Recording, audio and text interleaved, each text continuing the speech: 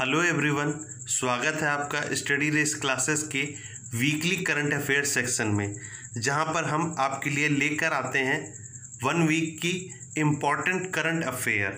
इस वीडियो में 1 जून से लेकर 7 जून तक की सारी इम्पॉर्टेंट अपडेट अवेलेबल हैं, तो इस वीडियो को अंत तक बिना स्किप किए हुए देखिएगा।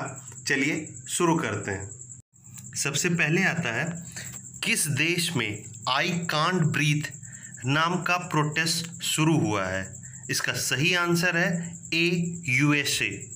अमेरिकन पुलिस की बर्बरता के कारण एक अफ्रीकन अमेरिकन जिसका नाम जॉर्ज फ्लॉयड था, उसकी डेथ हो गई।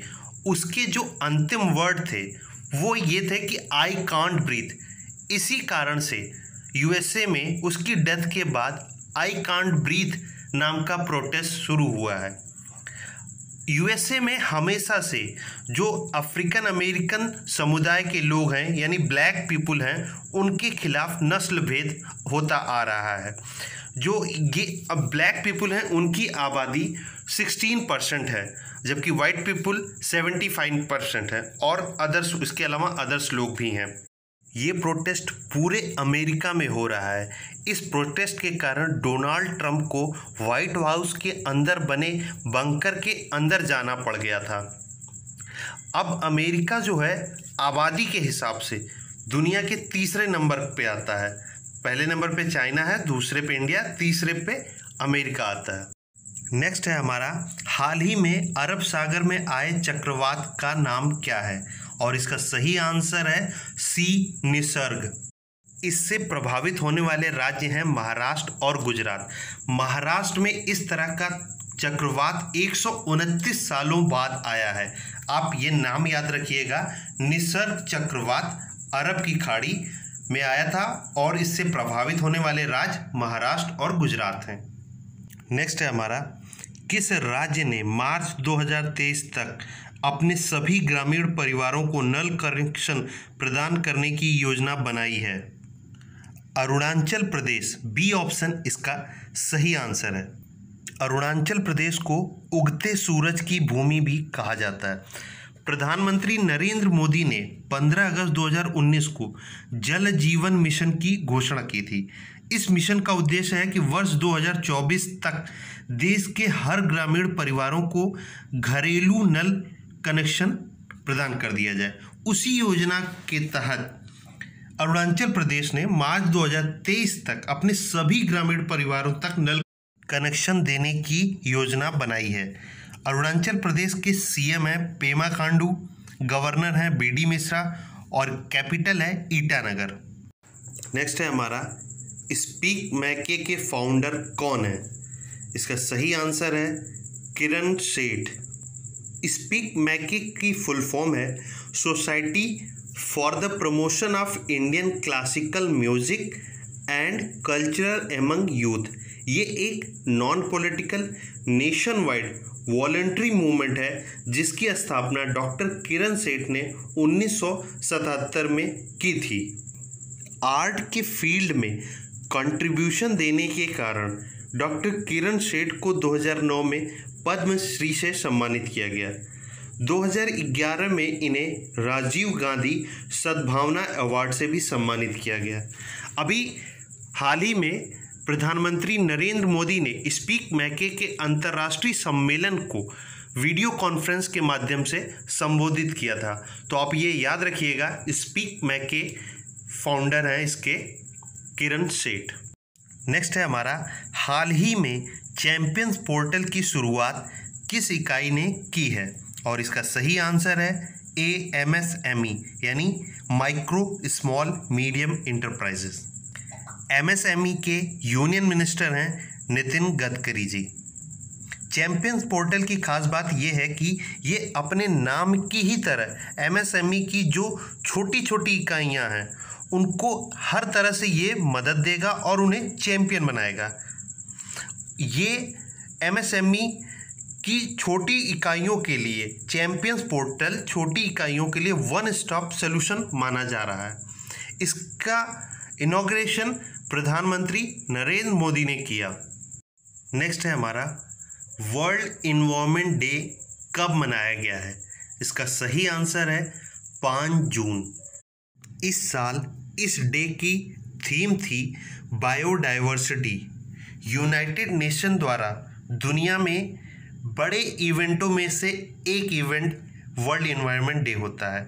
इस डे के माध्यम से यूनाइटेड नेशन लोगों में एनवायरनमेंट के प्रति अवेयरनेस लाने का काम करता है। इसका मेन उद्देश्य होता है कि लोगों के अंदर अवेयरनेस लाई जाए और उनसे वे नेचर को प्रोटेक्ट करने का काम करें। यूनाइटेड नेशन की एनवायरनमेंट से रिलेटेड एक ऑर्गेनाइजेशन है जिसका नाम है यूनाइटेड नेशन एनवायरनमेंट प्रोग्राम यानी UNEP। इसका हेडक्वार्टर नैरोबी यानी कीनिया में है। ये इम्पॉर्टेंट क्वेश्चन है। इस डे की इम्पॉर्टेंट डेट और इसकी थीम दोनों याद रखिएगा। नेक्स्ट है हमारा आई कॉमेट पहल का शुभारंभ किसने किया है? इसका सही आंसर है ARK Singh. New and renewable energy minister of state RK Singh हैं। आई कॉमेट पहल एनर्जी इफिशियंसी सर्विसेज लिमिटेड द्वारा चलाया गया है। इस पहल का मेन उद्देश्य है विद्युत प्रणाली में सौर ऊर्जा का विकेंद्रीकरण किया जाए और बिजली से चलने वाले वाहन जैसे नए विचारों को बल दिया जाए और इसके साथ ही साथ जितने भी स्टेक होल्डर हैं उनकी भागीदारी को ज़्यादा से ज़्यादा बढ़ाया जाए। नेक्स्ट है हमारा बासु चटर्जी का संबंध किस क्षेत्र से है? इसका सही आंसर है फिल्म। हाल ही में बासु चटर्जी जी का निधन हो गया है। वे एक फेमस फिल्म डायरेक्टर और राइटर थे। नेक्स्ट है हमारा वर्चुअल वैश्विक वैक्सीन सम्मेलन में भारत की ओर से किसने भाग लिया है? इसका सही आंसर है B नरेंद्र मोदी। इस सम्मेलन का आयोजन यूनाइटेड किंगडम के प्राइम मिनिस्टर बोरिस जॉनसन ने किया था। अंतर्राष्ट्रीय वैक्सीन अलायंस गवी को भारत $1.5 करोड़ US की सहायता देने की प्रतिबद्धता जाहिर की है। गवी जो एक इंटरनेशनल वैक्सीन अलायंस है, इसकी फाउंडेशन बिल गेट्स और मिलिंडा गेट्स ने सन 2000 में की थी। इसका हेडक्वार्टर जिनेवा स्विट्जरलैंड में है। नेक्स्ट है हमारा भारत और किस देश के बीच में पहला वर्चुअल शिखर सम्मेलन हुआ है? इसका सही आंसर है C ऑस्ट्रेलिया।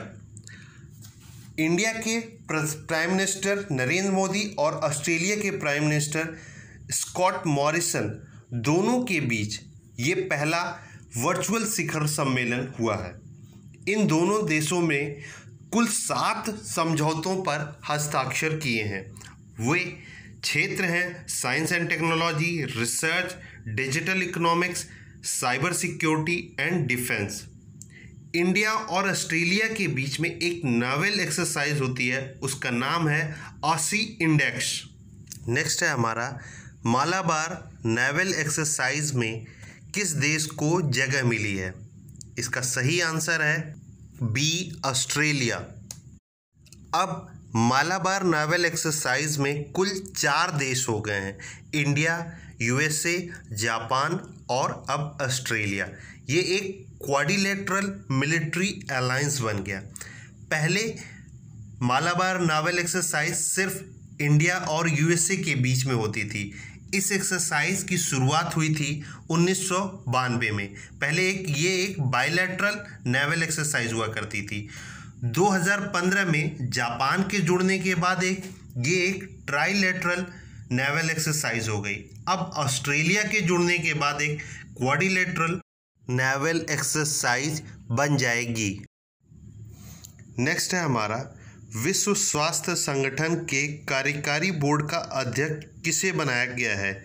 इसका सही आंसर है A doctor Harshvardhan Mishra. Doctor Harshvardhan Mishra health and family welfare minister हैं। इसे भारत की एक बड़ी उपलब्धि माना जा रहा है और इस चीज़ का समर्थन अमेरिका, ऑस्ट्रेलिया जैसे बड़े देशों ने किया है। WHO के वर्किंग बोर्ड का काम होता है हेल्थ असेंबली ने जितने भी डिसीजन लिए हैं, जो भी पॉलिसी बनाई है, उसको इम्प्लीमेंट करना और हेल्थ असेंबली को एडवाइस देना और उसके कार्यों को आसान बनाना। नेक्स्ट है हमारा मिशन वंदे भारत के अंतर्गत विदेशों से लौटने वाले नागरिकों का कौशल मानचित्रण करने के लिए किस कार्यक्रम की शुरुआत की गई है? इसका सही आंसर है ए स्वदेश। स्वदेश का फुल फॉर्म है skilled worker arrival database for employment support. इस कार्यक्रम की शुरुआत ministry of skill development and entrepreneurship, civil aviation और एक्सटर्नल अफेयर ने मिलकर करी है। इस कार्यक्रम का उद्देश्य ये है जो लोग भारत लौटकर आए हैं उनको रोजगार के उचित अवसर प्रोवाइड किए जाएं और उनके जीवन को सशक्त बनाया जाए। इसके लिए स्वदेश स्किल कार्ड ऑनलाइन फॉर्म जितने भी भारतीय लौट कर आए हैं सबको फिलअप करना होगा और उनकी क्या स्किल है, किस फील्ड में वो ज़्यादा नॉलेज रखते हैं, वो सारी जानकारी गवर्नमेंट के पास कलेक्ट हो जाएगी और गवर्नमेंट इस पूरे डेटाबेस को भारतीय और विदेशी कंपनियों को प्रोवाइड करेंगे ताकि सबको एक अच्छा रोजगार के अवसर उपलब्ध हो सकें। नेक्स्ट है हमारा भारत में एशियाई शेर एशियाटिक लायन कहाँ पर पाए जाते हैं? इसका सही आंसर है ए गुजरात। गुजरात राज्य के जूनागढ़ डिस्ट्रिक्ट में गिर नेशनल पार्क है, यहीं पर एशियाटिक लायन पाए जाते हैं। गिर नेशनल पार्क पिछले 3 महीनों से चर्चा में है क्योंकि यहाँ के जितने भी एशियाटिक लायन हैं उनमें एक अजीब तरीके की बीमारी फैल गई है जिसकी वजह से पिछले 3 महीनों में 30 शेरों की मौत हो गई है। गवर्नमेंट ने बताया है ये बबेसिया नामक बीमारी के कारण हुआ है। एशियाटिक लायन पूरे भारत में सिर्फ गिर नेशनल पार्क में ही पाए जाते हैं, तो उस लिहाज से ये इम्पॉर्टेंट है, याद रखिएगा। गिर national park Junagadh district of Gujarat. Next है हमारा हाल ही में चर्चा में आए जो बिडेन का संबंध किस देश से है? इसका सही आंसर है ए अमेरिका। अमेरिका में नवंबर में राष्ट्रपति पद के लिए चुनाव होना है। अभी हाल ही में डेमोक्रेटिक पार्टी ने जो बिडेन को अपना प्रेसिडेंशियल कैंडिडेट के रूप में नॉमिनेट किया है। इससे पहले जो बिडेन अमेरिका के वाइस प्रेसिडेंट रह चुके हैं, वो भी बराक ओबामा की रेज़मी में 2009 से लेकर 2017 तक। जो बिडेन हमेशा से इंडिया यूएस रिलेशन को सपोर्ट करते आ रहे हैं। जब 2008 में अमेरिका और इंडिया के बीच में सिविल न्यूक्लियर डील हो रही थी, उस समय ये सेनेटर थे और सेनेटर होते हुए इन्होंने इस डील का सपोर्ट किया था। अमेरिका में 2 पार्टी है, एक रिपब्लिकन दूसरी डेमोक्रेटिक। डोनाल्ड ट्रंप जो अभी राष्ट्रपति हैं वो रिपब्लिकन पार्टी से आते हैं। नेक्स्ट है हमारा चाइना से आने वाले यात्री विमानों पर किस देश ने रोक लगा दी है? और इसका सही आंसर है सी यूएसए। इससे पहले चाइना यूएसए से आने वाले यात्री विमानों पर रोक लगा चुका है, उसके बदले अमेरिका ने ये प्रतिक्रिया रख दी है। नेक्स्ट है हमारा हाल ही में G7 ग्रुप में भारत के साथ और किस देश को शामिल करने की मांग हो रही है? और इसका सही आंसर है C both A and B, यानी साउथ कोरिया, ऑस्ट्रेलिया, रशिया। हाल ही में यूएसए प्रेसिडेंट डोनाल्ड ट्रंप ने G7 मीटिंग जो कि 10 से 12 जून के बीच में यूएसए में होने वाली थी, उसको सितंबर तक पोस्टपोन कर दिया है। वो इस ग्रुप का विस्तार करना चाहते हैं। वो इसमें भारत, ऑस्ट्रेलिया, साउथ कोरिया और रशिया को इंक्लूड करना चाहते हैं। अभी G7 देशों में USA, Canada, France, Germany, Italy, Japan और यूके है। दुनिया की 58% दौलत इन 7 देशों के पास है। नेक्स्ट है हमारा हाल ही में भारतीय खिलाड़ी हमजा कोया का कोविड-19 के कारण निधन हो गया है। उनका संबंध किस खेल से था? और इसका सही आंसर है ए फुटबॉल। हमजा कोया 61 ईयर ओल्ड थे और वे फुटबॉल से रिलेटेड थे। अगर अभी फुटबॉल में इंडिया की फीफा रैंकिंग की बात की जाए तो वो 108 है, यानी 108 रैंकिंग है इंडिया की फीफा में। नेक्स्ट है हमारा वर्ल्ड फूड सेफ्टी डे कब मनाया गया है, और इसका सही आंसर है ए 7 जून। नेक्स्ट है हमारा किस देश में वुमेन एशियन फुटबॉल कप 2022 आयोजित होगा, इसका सही आंसर है ए भारत। नेक्स्ट है हमारा हाल ही में किस पोर्ट का नाम बदलकर doctor Shyama Prasad Mukherjee port trust कर दिया गया है, और इसका सही आंसर है ए कोलकाता पोर्ट। कोलकाता पोर्ट भारत का सबसे पुराना ऑपरेटिंग पोर्ट है। इसको ब्रिटिश ईस्ट इंडिया कंपनी ने बनाया था। अब इस पोर्ट का नाम बदल के श्यामा प्रसाद मुखर्जी पोर्ट ट्रस्ट कर दिया गया है। नेक्स्ट है हमारा कोविड बीप क्या है, इसका सही आंसर है बी कोविड-19 मरीजों के साइकोलॉजिकल पैरामीटर को नापने का एक उपकरण। कोविड बीप पूर्णतया इंडिया में निर्मित है और ये एक कॉस्ट इफेक्टिव वायरलेस इक्विपमेंट है जिससे हम कोविड-19 के पेशेंटों का साइकोलॉजिकल पैरामीटर को आसानी से माप सकते हैं। इस उपकरण का लॉन्च डॉक्टर जितेंद्र सिंह ने किया, जो कि यूनियन मिनिस्टर हैं for the development of north eastern region. Covid beep equipment develop किया गया है ESIC मेडिकल कॉलेज हैदराबाद के द्वारा in collaboration with IIT Hyderabad and department of atomic energy. याद रखिएगा कोविड बीप इसका फुल फॉर्म है, कोविड बीप का फुल फॉर्म है continuous oxygen and vital information detection biomed ECIL ESIC pod. तो ये नाम याद रखिएगा, covid beep psychological parameter measurement equipment है ये कोविड-19 के पेशेंटों का। नेक्स्ट है हमारा दुनिया की पहली प्राइवेट कंपनी जो मानव को अंतरिक्ष में भेजेगी उसका नाम क्या है, और इसका सही आंसर है ए स्पेस एक्स। स्पेस एक्स दुनिया की पहली प्राइवेट कंपनी बन गई है जो मानव को अंतरिक्ष में भेजने का काम करेगी। अभी हाल ही में स्पेस एक्स ने नासा के 2 एस्ट्रोनॉट को अपने एक फाल्कन रॉकेट की मदद से ड्रैगन स्पेस क्राफ्ट में बैठा के इंटरनेशनल स्पेस स्टेशन, जो कि स्पेस में बना हुआ है इंटरनेशनल स्पेस स्टेशन, वहाँ पे सक्सेसफुली पहुँचा दिया है। ये लॉन्च कनेडी स्पेस सेंटर जो कि फ्लोरिडा में है वहाँ से किया गया था। स्पेस एक्स कंपनी के फाउंडर हैं एलन मास्क। नासा के 2 एस्ट्रोनॉट जो भेजे गए हैं उनका नाम है बॉब बेहकेन एंड डॉग हार्ले। ये इम्पॉर्टेंट क्वेश्चन है, इसके पॉइंट आप याद रखिएगा कि ड्रैगन स्पेस क्राफ्ट की मदद से स्पेस एक्स कंपनी ने नासा के 2 एस्ट्रोनॉट को इंटरनेशनल स्पेस स्टेशन में भेजा है। नेक्स्ट है हमारा maternal mortality rate is defined as. A is the right answer. Number of maternal death per 1 lakh live birth.